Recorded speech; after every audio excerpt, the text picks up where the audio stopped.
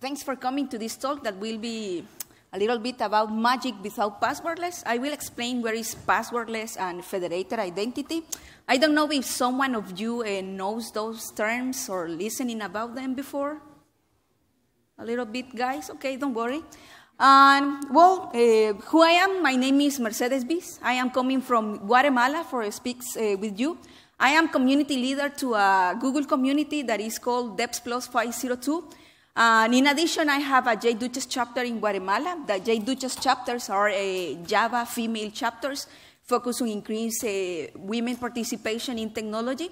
And in the past, I was a member of Guatemala Java users group. Actually, I am CTO in a startup based in Guatemala too, and I am an Oracle developer champion. So, about what we will talk in this talk. So, we will be a little bit going into the world of authentications.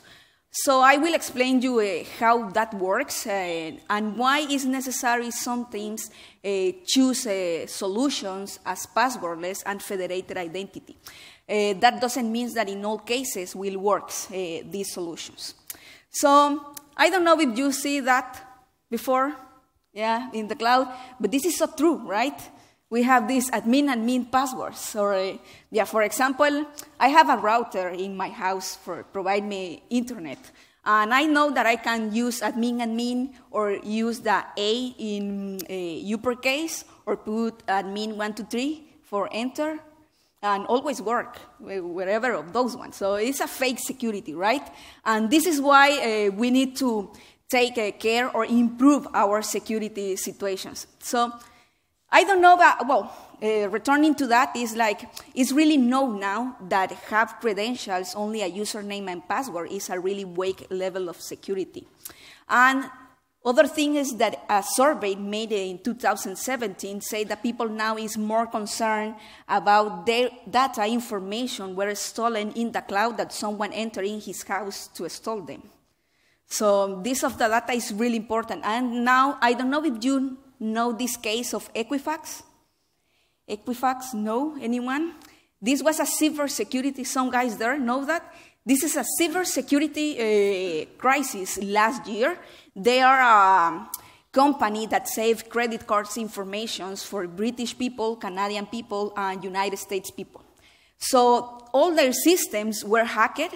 They have identities and passports added to their systems, and a lot of credit cards information and other sensitive information of people was exposed to other ones. So these things of the hack becoming an exponential way in 2017. We have this case of Facebook that is not precisely related with credentials or hacking, if not to all the data that they was permitting to the people take of the social media. I think that about the Facebook case, you listening, right? Yeah, so the Facebook was something really hard. So this is why people is really concerned about those things, and all the fact that our information can be exposed start with the weak security level that we have in our systems. So, and now here in Europe, we have the General Data Protection Regulation. I don't know if you know that that new law exists. Yes, I was in Barcelona last week, and people say, what is that?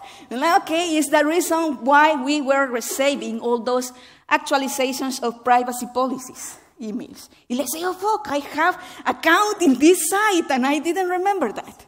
Yes, that happened, all right? We're insane. But since this law, that means that now we need to improve more that security in our system, and that means that we need to improve the part, since the authentication part, not only how we save the information. I really don't know how is that when a system is hacked, all the passwords are exposed. And that means that this password I saved it in plain text in a database or wherever. It's like, but we will continue. So we will start talking about the single signing-on process.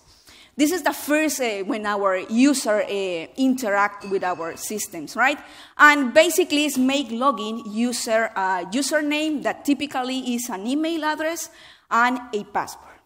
So where is the problem here is that those passwords not always are a good password, or we are not saving those passwords. So what we made for that people create good passwords. We establish rules for create those passwords, and that can be insane, like those cases. Okay, I need a uppercase, perfect. I need a lowercase, perfect. I need a number, and the people end creating this password 1, 2, 3. Believe me, I was one day entered in a website, and I put a password, say, no, your password is not really secure. And I use QWERTY with the Q uppercase 1, 2, 3, and they say me, oh, this is a perfect password. I said, you kidding me? Yes. Okay, but can happen things like that one. Yeah, this is an exaggeration, meme, about the rules in a website. But then, when we have this kind of rules, happen this. We enter, I have a website, I will not say which one, but I know that always that I will use that, I will need to restart my password, because always happen that. In that, when I have write in a note, paste in the wall of my room, the password, the last one. Always is that, and you say, what is this?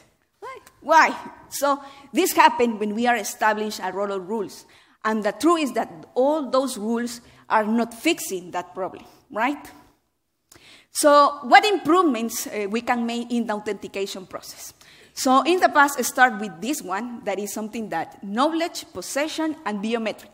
So the users need to have these 3 things. Banks were the first one implementing that. I have here the token to my bank. So I make the typical login. And in that, banks, at least in Latin America, don't use only a username and its password. We have a new username, we have a code, and we have a password, and then we have this token for can access to our virtual banking. It's a crap if you forgot that and are traveling because you cannot enter to your banking. This is bad, but yeah. So how works this? So we made a typical login using a username and a password. But then we are forcing to the user to create a token with these things or other. There now exists application for generate tokens in the app. So they are making 2 things. The other common one now is with the mobile applications is made facial recognition apps. I have one bank that replaced these tokens because are really expensive for an application that have this of face recognition. The problem is when you can fake that, like happened with the apples, right? That you can use a picture or something like that and don't work very good. Or the other one is the fingerprint. So people use these 2 things. And then end being something that we call like multifactor authentication. That is something that we have, that we know, and we are. That is part of make the face recognition on the fingerprint. But multifactor authentication are really improving much in other things. So one of the most common typical cases of multifactor authentication is receive an SMS in our cell phone. Google have that, for example. This logging in 2 steps. I travel a lot for speak, and this kind of system sucks because not always the roaming is working in all places. Or you not always have signals in all places that you are going. So I cannot enter to the Gmail because I depend to this SMS. And other of the things that this is other case of multi-factor authentication, and this is an application. So you in your website are using generating these QR codes. And with the application, you need to scan the QR code. And inside the application, you will allow permission to that application to really sign in. So, yes, it's a better way to make login. This is secure. That means that a hacker can have the password to all our users while we don't have access to any of these accounts because he don't have the part that the users have. But this creates more steps for our users. And this is always something that makes our users run away from our applications or our implementation, unless that they really need that for survive. But if not, they say, this is so complicated, so I will not use that more. So in that case, I will talk to you about federated identity. And I am sure that you used federated identity before, but maybe don't know that this is what's his name. So what means federated identity? In the past, when I start all those things to the web have one restriction, and it's just the same domain that creates some cookies can have access to those cookies in a browser. So what happened when some companies start to having more domains or more websites but using the same users? I will put this hypothetical case of Facebook, especially Facebook for mobile apps. And Facebook now have the Facebook Katana app, that is the normal Facebook, but they have a Facebook Lite app for those cell phones that don't have good resources for use this big Facebook app. They have a Facebook Messenger, and you don't need to have the Facebook app for use Facebook Messenger. And we have a Facebook Lite too. And we have the Facebook pages, if you are admin of a fan page in Facebook. And any one of all those applications can be used independent. Don't need a dependency to other one. And all then make login with the Facebook credentials. So imagine that that was the same case in the website. So how we will make to Facebook this of access to any website. So I will require to every user may login in any website, in that when he is logging in the website, so in the Facebook website, and they open the Facebook Messenger one, and I will require in all them, they made the login.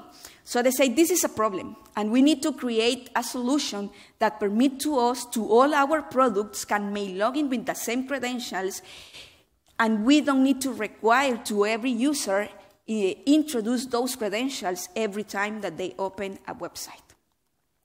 So this is how federated identity was created. Some methods are methods for transmit the information from one domain to other one without the violation of the security of that information.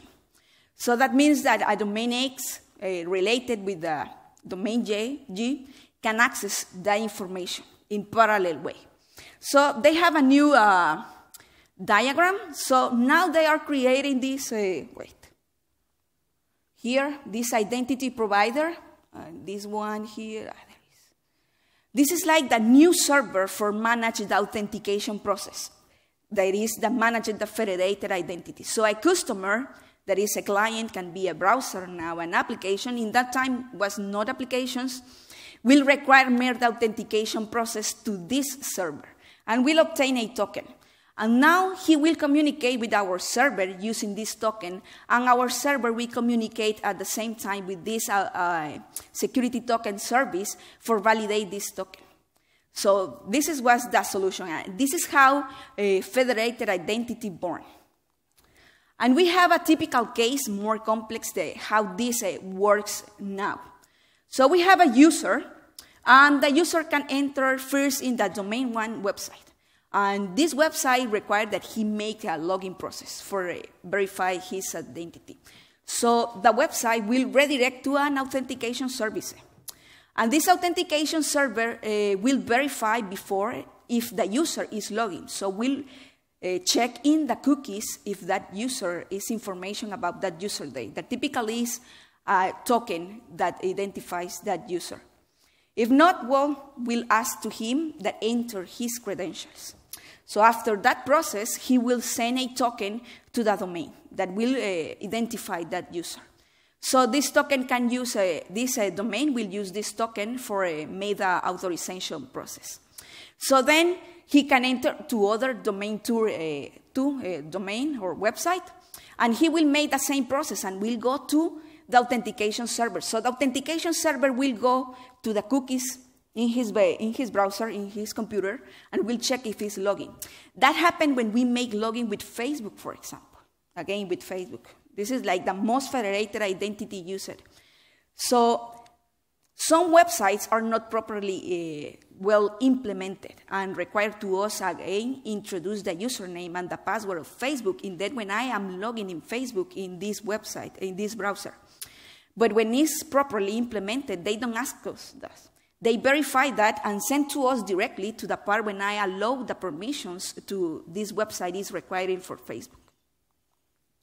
So this is other diagram. This is not more common, but this is for explain. So federated identity is for use other companies that implement this federated for solution, solve their problems, and we can use them for don't implement this part of require information, sensitive information to our users like the password. So I can create a user making a Facebook registration, and the password and the user never introduce a password in my system. I am not saving any password. I don't know the password that he used in Facebook because Facebook made all the part of made the login and the verification to that user. And I can ask to Facebook the email address if I will send notification or something to that user. I can ask his name and his picture. This is the most typical information that we require from them. So then we have the social, how many of you used before Facebook for me a login or a register process? Not much of you? Yeah. Sucks a lot, by the way, use the Facebook API, but yes, some guys use them. When you register for DevOps Poland, which do you use? Use an email and a password or use the Facebook login, Twitter login, or GitHub? You didn't remember that? Or? No, in the app, come on. When we create the schedule, we register with that. Yes, right? With the Facebook, we say, no. Email. Okay, I register with GitHub, I think so. Yes. Okay, so we have several. The most typical federated identity used are Facebook, Twitter, and Gmail. And we as developers see GitHub, and sometimes we see LinkedIn. But the truth is, exists more options. So here are some ones, but can exist more. And you can choose wherever of those ones, depends of your case. For example, a bank will never use a federated identity. So I will access with Facebook to my virtual banking. This is like, don't sound secure or properly. This is other ones that you can use. You need to choose, depends on what do your application. So for example, here is not, but we can make that with Amazon too. So for example, if you browse things by Amazon usually never are the one that take care to the tracking of the packages and send the packages. They delegate that to other companies. So you can go to those companies and track your packages, and they permit to you make login or register in these websites using your Amazon account. For what you will create a new account in this website for tracking a package for Amazon. Well, I don't know, here don't work Amazon, but it's an example. So then we have enterprise federated identity. This is our other ones. And we have some legal federated identities. These ones are some banks that permit use their platform for users for we can use the federated identity. So we have more options than Facebook, Twitter, and LinkedIn, and GitHub for implementing our applications. Depends to the purpose to those ones have. Now I will talk to you a little bit about the passwordless authentication. So this is like, this says is permit to the user may log in without password. And well, this will depends to, we can offer options to the people, depends to the situation. And we have here one example, and this example, this is an application that permits to the users make a fast login in the app without enter any password if they are in a geofences defined for an office. So I have an application that I can use for make work purpose. And as usually or typically, these employees will use that application when are in the office. But maybe they will that one when are not in the office. So they are sick or need to make a visit outside. So these applications, well, the user put their credentials. That are usually you need always that they put her username. So they will introduce their username, and the app will say, okay, this user is or not connecting before to an IP in the office. So it's detecting if we are using the internet in the office. So we say, okay, yes, okay, perfect. But is he connected to or inside a health fence related with the office? That means that I am physically here, but since always the GPS can fake, we have a range that can be outside. So we have yes or no. If yes, he is accessed to the application and only need to put the username. We don't require that he put the password.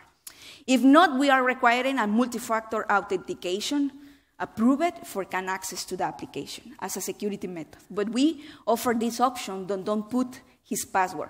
Sometimes this is more related, these methods are really related when we are using mobile applications, because put or write really hard passwords in an application, in a mobile phone, is really hard.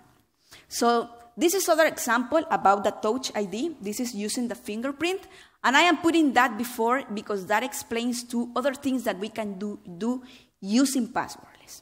So in this case, we have the validation with Touch ID, that is the app for the fingerprint. So in this case, we have a previous step that when the user introduces his username, and if this user doesn't exist, we can create this user in this flow. So the user doesn't exist, we will generate a key pair. This is a strategy for one company. So they create the user and then generate a JWT, that is a token for the signing, and say that is properly signed. But we can create a user in this process. The next one is using the SMS codes. In this case, the user previously introduced his username. When we are using SMS codes, we require to the users created previously his account, creating and a password, because they not always will have the chance to receive a SMS code. So he introduced his username, and then we send a code to their cell phone. In this case, sometimes exists an intermediate step that is verified that they are choosing the properly cell phone. I don't know if you interact with these kind of applications, but they say, okay, we will send you a SMS to this phone, but it's like in the credit cards that they hide the first numbers and only show you the last one, and you need to type the cell phone number for verify that this is the properly number. To me, happen with a mobile application that we don't expect that those things happen, and I say recovery password, okay, we will send you an SMS, and I say, okay, yes, and they say, okay, perfectly, we sent to you an SMS to this cell phone, and I say, oh fuck, I don't have these cell phones since 8 years ago.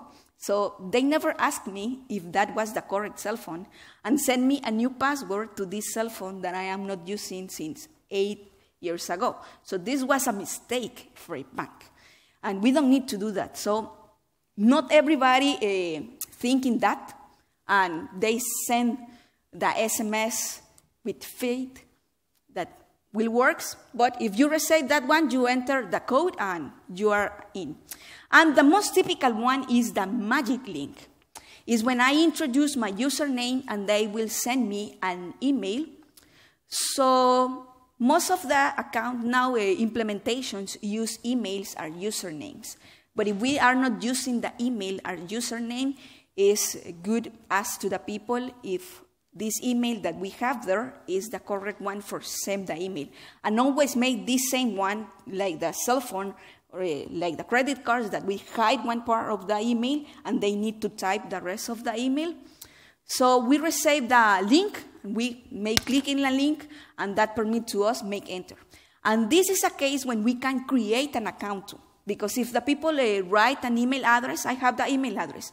And when I send the first email magic link to the people, I can verify to that email address exists and may log in the application. So I don't know if you use Slack. Yes, many of us. And Slack permits to us make that of the magic link, right? It's like, say, okay, you ask to us, enter. But for example, this is something that they only use for their mobile app. So if I access to a channel, a Slack channel in the web browser, they will require to me insert the password. Other thing for they use this magic link is when I am accessing to all the channels in a new device. So they send me the magic link and I am automatically are inside to all the channels that I am registered with this email. So this is a short topic.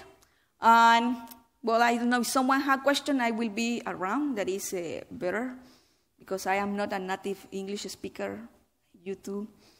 And I discovered that sometimes it's hard to understand what are you trying to say me and reply to you. But I will put this presentation in this GitHub link that you are watching there.